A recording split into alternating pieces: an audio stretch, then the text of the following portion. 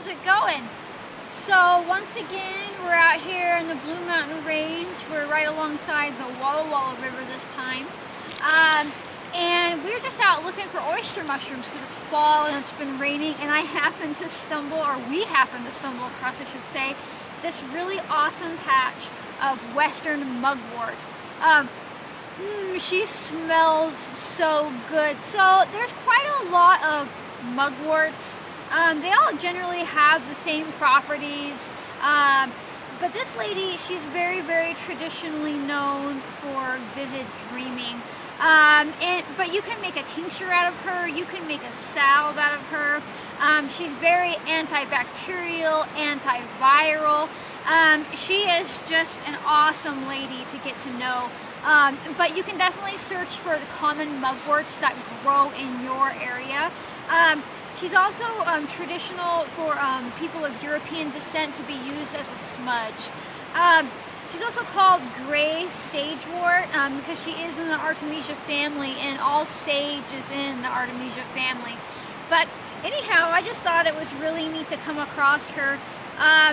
She's definitely pretty easy to ID. At least plants in the Artemisia family are. They're always going to be extremely aromatic. Let me grab the camera from him and show you this lady up close. Okay, so she's always going to be really aromatic. I mean, and aromatic means she has a very potent smell. And this particular variety has a very sweet smell. And so almost all Artemisia, let me pluck one leaf off of you, lady, if you don't mind. Almost all Artemisia have this shape of leaf. It almost looks like a long pigeon foot. You know, it's got the long, let me get the extra leaf off of there. It's got the long toe in the center and the two that kick off the side. And these are usually growing down towards the base. You can see it's fall here, so she's starting to die back. But as you get further up the plant, they're these single every other, I'm showing you his feet. They're these single every other leaflets. And you can see here that, that they aren't shaped the same at the top as they are to the bottom. And another way is, this lady doesn't actually bloom like you're accustomed to. Like, these are her blooms. Darn, that sun's making it hard for me to focus in. So she gets these little discoid blooms, a lot like the wormwood. Just like the wormwood, actually, because she's in the same family. She's still a pretty powerful ally. I mean, if you make a tincture with her, it's not an everyday use, and it's a minimal amount, you know, but you can also take a little bit of her and put her in a dream satchel to induce vivid dreaming. You would just tuck that into your pillow. She is just a pretty neat lady, and this is a nice find because we don't, she grows here pretty, I mean, she's a common to Northeast Oregon area, but she's kind of picky for a sage, so you don't usually come across her in a decent patch like this. So I was just walking along looking for mushrooms and just came across this lady. I prefer to harvest in the spring. She's a bit more, I would say, potent than now. She won't have as many volatile oils in her. And if you remember, with the wormwood, we waited until after she bloomed because she wouldn't have as much volatile oil.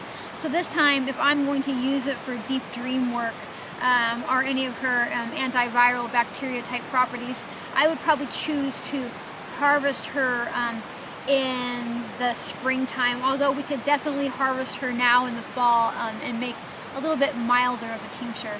So anyhow, remember, you are smart enough to get out and find these plant allies. They are just waiting for you to get curious, to just get out here and look around.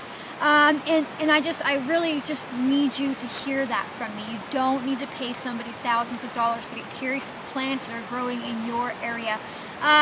So if you like my videos, if you like my impromptu jabbering, make sure to turn on notifications, which is, you click the little bell down below, there's a little bell icon. If you turn that on, it'll tell you anytime I post.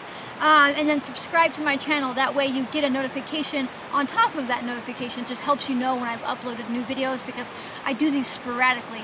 And then like and comment, because that really helps people find me. And also it helps me know that I'm not here alone. I see you interacting, I talk back. come and talk with me. I'm a human just like you. And then come find me on Instagram, find me on my website, find me all these things. I try to get out as much free information as I can, and not just about herbalism either. And you can find that stuff by following the link in my bio here. So thanks for watching, and I will see you next time. Bye.